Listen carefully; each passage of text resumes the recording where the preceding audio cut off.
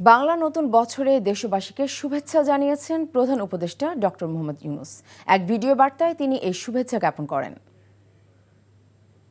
প্রিয় দেশবাসী, সবাইকে বাংলা নববর্ষ 1432-এর শুভেচ্ছা জানাচ্ছি। শুভ নববর্ষ। পহেলা বৈশাখ আমাদের প্রাণের উৎসব, বাঙালির সার্বজনীন উৎসব।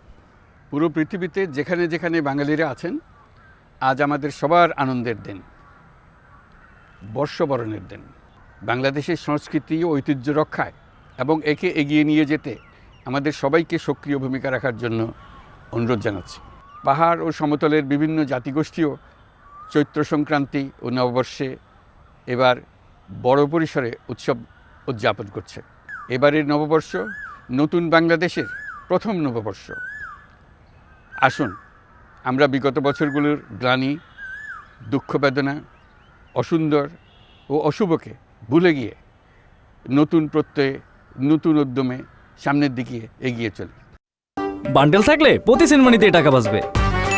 বিকাশ সেনমানি বান্ডেল কিনে জিতুন প্রতি লেনদেনে।